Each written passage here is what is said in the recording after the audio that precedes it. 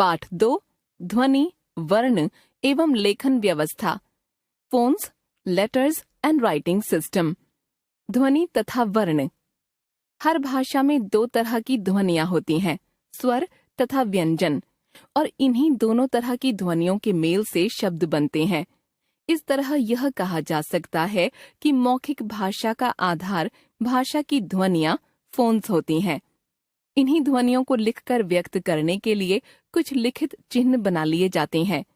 इन्हीं लिखित चिन्हों को वर्ण, अल्फाबेट्स कहते हैं। अतः भाषाओं में ध्वनियां तो समान हो सकती हैं, पर उनके लिए बनाए गए वर्ण अलग अलग हो सकते हैं। उदाहरण के लिए देवनागरी लिपि में ग, द तथा स वर्ण जिन ध्वनियों को व्यक्त करते हैं, रोमन लिपि में जी, डी तथा एस वर्ण उन्हीं ध्वनियों को व्यक्त करते हैं। ध्यान रखिए, वर्ण किसी ध्वनि का लिखित रूप है तो ध्वनि उस वर्ण का उच्चरित रूप। ध्वनियां तथा उनका उच्चारण। अब प्रश्न उठता है कि ध्वनियों का उच्चारण कैसे किया जाता है। आप लोग इतना तो जानते ही हैं कि ध्वनियों का उच्चारण मुख से किया जाता है। वास्तव में बोलते समय फेफड़ों से आने वाली वायु को मुख के रास्ते से बाहर निकाला जाता है। मुंह बंद करके कोई नहीं बोल सकता। जब वायु मुख के रास्ते से बाहर निकलती है तो 2 काम होते हैं। कभी इस वायु को बिना किसी रुकावट या अवरोध, ऑब्स्ट्रक्शन के बाहर निकाल दिया जाता है, और कभी बाहर निकलने वाली वायु के रास्ते में जीभ या निचले ओठ द्वारा रुकावट पैदा की जाती है। वायु के मार्ग में रुकावट पैदा करने वाले इन दोनों अंगों, जीभ तथा निचले ओठ को उच्चारण अवयव, आर्टिकुलेटर्स कहते हैं। स्वर तथा व्यंजन ध्वनियां। स्वर वे ध्वनियां हैं जिनके उच्चारण के समय मुख से बाहर निकलने वाली वायु के रास्ते में किसी भी प्रकार की रुकावट पैदा नहीं होती। जीभ ऊपर नीचे तो आती जाती है, पर इतना ऊपर नहीं जाती कि वायु का रास्ता अवरुद्ध कर सके, जैसे आ, इ, ए, ओ आदि। व्यंजन वे ध्वनियां हैं जिनके उच्चारण में उच्चारण अवयव, जीभ या ओठ मुख में विभिन्न स्थानों पर वायु के रास्ते में रुकावट या अवरोध पैदा करते हैं। इसके अलावा यह भी ध्यान रखिए कि अलग से स्वतंत्र रूप में व्यंजनों का उच्चारण बिना स्वर की सहायता के नहीं किया जा सकता। आप प, पा, पी, पी, पू, पू, पे, पै, पो आदि तो बोल सकते हैं, पर स्वर रहित प अलग से नहीं बोल सकते। वर्ण तथा वर्णमाला। वर्ण उच्चरित ध्वनियों को लिखित रूप में प्रस्तुत करने के लिए जिन लिपि चिन्हों का प्रयोग किया जाता है वे वर्ण कहलाते हैं। वर्णमाला। जिस तरह अनेक फूलों को एक स्थान पर रखकर तथा एक धागे में पिरोकर माला बनाई जाती है, उसी तरह प्रत्येक लिपि के वर्णों को एक साथ एक स्थान पर रखकर अध्ययन किया जाता है। इसे ही वर्णमाला कहते हैं। सभी स्वर तथा व्यंजन ध्वनियों के वर्णों को जब एक क्रमबद्ध तरीके से एक स्थान पर रखकर दिखाया जाता है तो समस्त वर्णों का वह समूह वर्णमाला कहलाता है। हिंदी की वर्णमाला। स्वर अ, आ, ई, उ, री, ए, आई, ओ, औ। अनुस्वार अंग, विसर्ग अह। आगत स्वर औ। अनुनासिक आ, इ, उ, ए, ओ, औ। व्यंजन क वर्ग क, ख, ग, घ, ङ। च वर्ग च, छ, ज, झ, ञ। ट वर्ग ट, ठ, ड, ढ, ण, ड़, ढ। त वर्ग त, थ, द, ध, न। प वर्ग प, फ, ब, भ, म। अंतःस्थ य, र, ल, व। ऊष्म श, श, स, ह। संयुक्त व्यंजन क्ष, त्र, ज्ञ, श्र। आगत व्यंजन ज, फ। स्वरों के लिए 2 तरह के वर्ण। हमारी वर्णमाला में कुल 11 स्वर हैं। ये सभी स्वर शब्दों में स्वतंत्र रूप से भी बोले जाते हैं और व्यंजनों के साथ मिलाकर भी बोले जाते हैं, जैसे ईख, ऊन, अनार, आग, ओस आदि शब्दों में ई, ऊ, अ, आ, ओ स्वर स्वतंत्र रूप में बोले जाते हैं, लेकिन किसान, दुकान, काला आदि शब्दों में स्वरों को व्यंजनों के साथ मिलाकर बोला जाता है। किसान शब्द क जमा ई जमा स जमा आ जमा न जमा अ स्वर तथा व्यंजन ध्वनियों के योग से बना है, पर हम बोलते समय स्वर तथा व्यंजन ध्वनियों को मिलाकर ही बोलते हैं। हिंदी ही नहीं, संसार की सभी भाषाओं में स्वरों और व्यंजनों को मिलाकर ही बोला जाता है।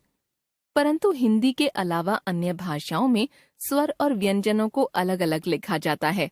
जैसे अंग्रेजी में पुट शब्द के उच्चारण में अंग्रेजी भाषा भाषी पू ही बोलता है, पर लिखते समय वह पी व्यंजन को अलग तथा यू स्वर को अलग लिखता है। हिंदी भाषा में इस ढंग से विचार किया गया होगा कि जिस तरह से स्वर और व्यंजन को मिलाकर बोला जाता है, वैसे ही उनको मिलाकर लिखा भी जाए। इसीलिए मिलाकर लिखे जाने के लिए सभी स्वर वर्णों के अलग चिन्ह बनाए गए। व्यंजनों के साथ मिलाकर लिखे जाने के लिए बनाए गए ये स्वर वर्ण ही मात्रा वर्ण या मात्रा चिन्ह कहे जाते हैं।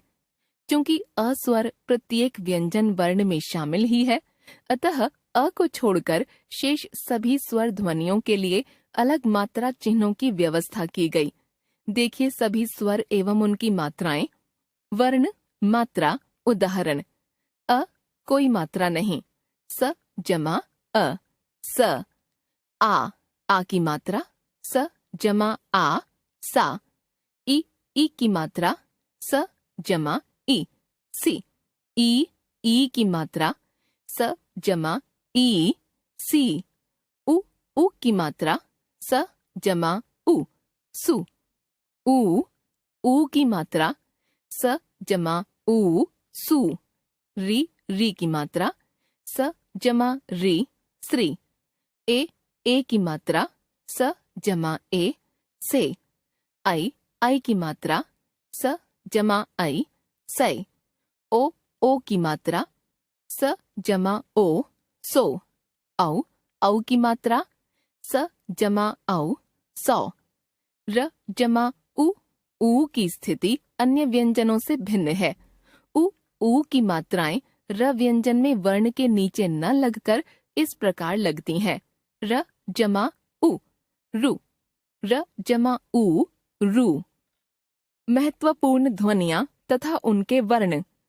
ऊपर बताए गए वर्णों के अलावा वर्णमाला में कुछ महत्वपूर्ण वर्ण और भी हैं। इन वर्णों में कुछ वर्ण तो संस्कृत से हिंदी में आए हैं, अतः परंपरागत कहे जाते हैं। कुछ नए वर्ण जो संस्कृत में नहीं थे, हिंदी में विकसित किए गए हैं। आइए इन पर विचार करें। अनुस्वार। ध्यान रखिए, अनुस्वार एक नासिक्य व्यंजन है। इसे वर्णमाला में अ के ऊपर बिंदु लगाकर अंग के रूप में स्वीकार किया गया है। यह वर्ण एक ऐसी नासिक्य व्यंजन ध्वनि के लिए प्रयुक्त होता है जिसका उच्चारण अलग से स्वतंत्र रूप में नहीं किया जाता। वास्तव में इसका उच्चारण क वर्ग के व्यंजनों के पहले अंग के रूप में, च वर्ग के व्यंजनों के पहले इय के रूप में, ट वर्ग के व्यंजनों के पहले ण के रूप में, त वर्ग के व्यंजनों के पहले न के रूप में तथा प वर्ग के व्यंजनों के पहले म के रूप में किया जाता है। इसे अनुस्वार कहा जाता है। संस्कृत में इसे पंचम वर्णों से लिखा जाता था, परंतु हिंदी की मानक वर्तनी में अनुस्वार के लिए बिंदु लगाए जाने का प्रावधान है। जैसे मानक रूप गंगा, अंडा, चंपा, पंखा, कंटक, अंबा, पंजाब, शांत, कंचा, हिंदी। इसके अतिरिक्त जब अनुस्वार शब्द के अंत में आता है तो इसका उच्चारण म के रूप में किया जाता है। अनुनासिक। यदि अनुस्वार एक प्रकार की व्यंजन ध्वनि है तो अनुनासिक एक प्रकार की स्वर ध्वनि। जब भी हम स्वरों का उच्चारण करते हैं, वायु केवल मुंह के रास्ते से ही बाहर निकलती है, लेकिन स्वरों का उच्चारण करते समय जब वायु मुंह के साथ साथ नाक के रास्ते से भी बाहर निकलती है तो वे स्वर अनुनासिक कहलाते हैं। इस तरह हिंदी में स्वरों का उच्चारण दो तरह से होता है, केवल मुंह से वायु बाहर निकालकर तथा मुंह के साथ साथ नाक से भी वायु बाहर निकालकर। पहले प्रकार के स्वर मौखिक स्वर कहलाते हैं तथा दूसरे प्रकार के स्वर अनुनासिक। देखिए निम्नलिखित उदाहरण। सवार, संवार। अ, गई, गई। ई, ई। गोद, गोंद। ओ, ओ। सास, सांस। आ, आ। भाग, भांग। आ, आ। करे, करें। ए, ए। पूछ, पूछ। ऊ, ऊ। है, हैं। ए, ए आदि। जहाँ तक अनुनासिकों के लेखन का सवाल है, इन्हें चंद्र बिंदु तथा बिंदु दोनों चिन्हों वर्णों से लिखा जाता है।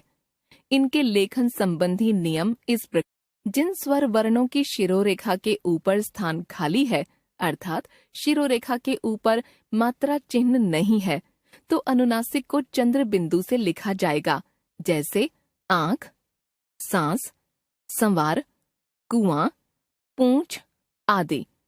जिन स्वर वर्णों की शिरोरेखा के ऊपर यदि मात्रा चिन्ह है तो अनुनासिक को बिंदु से ही लिखा जाएगा, जैसे गोंद, सौंफ, में, मैं, सौंठ आदि। विसर्ग। वर्णमाला में विसर्ग को भी अ के साथ लगाकर अह के रूप में दिखाया जाता है, पर है यह भी एक व्यंजन ध्वनि। वास्तव में संस्कृत में दो तरह के ह उच्चरित होते थे, एक के लिए ह वर्ण बनाया गया था तथा दूसरे के लिए विसर्ग। हिंदी में विसर्ग का उच्चारण समाप्त हो गया है, इसे भी ह की भांति उच्चरित किया जाने लगा है। अतः हिंदी में प्रातः तथा सुबह शब्दों की अंतिम ध्वनि के उच्चारण में अब कोई अंतर नहीं रह गया है। केवल संस्कृत से आए कुछ तत्सम शब्दों को लिखते समय ही हम विसर्ग का प्रयोग करते हैं, जैसे अतः, स्वतः, प्रायः आदि। परंतु हिंदी भाषा भाषी प्रातः, स्वतः, प्रायः का उच्चारण क्रमशः प्रातः, स्वतः तथा प्रायः के रूप में ही करता है। आगत ध्वनियां तथा उनके वर्ण। आगत शब्द का अर्थ होता है आई हुई, अर्थात आगत ध्वनियां वे ध्वनियां हैं जो हिंदी में विदेशी भाषाओं से आ गई हैं। हिंदी में अरबी, फारसी, तुर्की, अंग्रेजी आदि अनेक भाषाओं के शब्द आ जाने के कारण ऐसी अनेक ध्वनियां आ गई हैं जो पहले से हिंदी में मौजूद नहीं थीं। इनमें स्वर ध्वनियां भी हैं तथा व्यंजन ध्वनियां भी। इनके लिए हिंदी में नए वर्ण भी विकसित किए गए हैं। ये ध्वनियां तथा उनके वर्ण इस प्रकार हैं। आगत स्वर अ, ball, shawl, doctor, coffee, doll आदि। आगत व्यंजन ज, फ। आगत शब्दों को लिखते समय इन वर्णों का प्रयोग अवश्य करना चाहिए, जिससे शब्दों के अर्थ के अंतर को स्पष्ट किया जा सके, जैसे सजा, सजाना, सजा, दंड। फन, सांप का, फन, हुनर। जरा, बुढ़ापा, जरा, थोड़ा। इस तरह आगत व्यंजन ध्वनियों के लिए परंपरागत वर्णों के नीचे बिंदु, नुक्ता लगाकर ज तथा प नए वर्ण बनाए गए हैं तथा आगत स्वर के लिए परंपरागत स्वर आ के ऊपर चंद्राकार मात्रा लगाकर औ स्वर बनाया गया है। र व्यंजन के संयुक्त रूप। र व्यंजन के संयुक्त रूपों के लिए 3 चिन्ह बनाए गए हैं, र, रेफ तथा पदेन, जो 3 अलग अलग स्थितियों के लिए हैं। र जमा स्वर। जब र व्यंजन किसी स्वर के साथ मिलाकर बोला जाता है तो हमेशा उसे र वर्ण से ही लिखा जाता है, जैसे र जमा आ, रा, र जमा ई, री, र जमा उ, रु आदि। देखिए उदाहरण। रात, रेखा, रुपया, रूस, रोटी, रौनक आदि। र जमा व्यंजन। जब र व्यंजन किसी अन्य व्यंजन के साथ मिलाकर बोला जाता है तो यह दूसरे चिन्ह रेफ से लिखा जाता है। इस चिन्ह को रेफ कहते हैं। यह चिन्ह उस व्यंजन के ऊपर लगाया जाता है जिसके साथ र मिल रहा है, जैसे सर्प, धर्म, कर्म, तर्क, कुर्की आदि। स्वर रहित व्यंजन जमा र। स्वर रहित व्यंजन जमा र का लेखन तीसरे चिन्ह से किया जाता है। चूंकि यह खड़ी पाई के पैरों में लगता है, अतः इसे पदेन कहते हैं। इसकी निम्नलिखित स्थितियां संभव हैं। पूरी खड़ी पाई वाले व्यंजन जमा र। र का तीसरा चिन्ह खड़ी पाई में नीचे की ओर हुक की तरह लगाया जाता है, जैसे क्र, फ्र, प्र, म्र, नृ, त्र आदि। देखिए उदाहरण प्रेम, क्रम, भ्रम, उम्र आदि। श जमा र। चूंकि श भी पूरी खड़ी पाई वाला व्यंजन है और इसे र के साथ मिलाकर श्र के रूप में लिखा जाना चाहिए था, पर मानक वर्तनी में उन्हीं रूपों को स्वीकार किया गया जो संस्कृत में प्रचलित थे। संस्कृत में श ध्वनि के लिए 2 वर्ण बनाए गए थे, श तथा श। ये दोनों निम्नलिखित स्थितियों के लिए हैं। श जमा री के लिए चिन्ह है श्री। उदाहरण श्रृंगार, श्रृगाल आदि। श जमा अन्य किसी भी व्यंजन के लिए चिन्ह है श। उदाहरण श्याम, श्वान, विश्वास, वैश्य आदि। अधूरी खड़ी पाई वाले व्यंजन जमा र। अधूरी खड़ी पाई वाले व्यंजन वर्णों में कुल 6 वर्ण आते हैं, ट, ठ, ड, ढ, द, ह। इनमें भी 2 तरह के वर्ण हैं, जिनमें खड़ी पाई ऊपर तथा नीचे दोनों भागों में आती है, द तथा ह।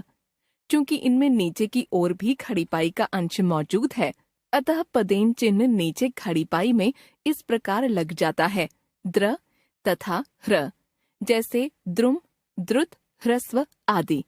जिनमें खड़ी पाई केवल ऊपरी भाग में होती है, वर्ण के निचले भाग में खड़ी पाई न होने के कारण वर्ण को हलंत के साथ जोड़ दिया जाता है, ट्र, ड्र।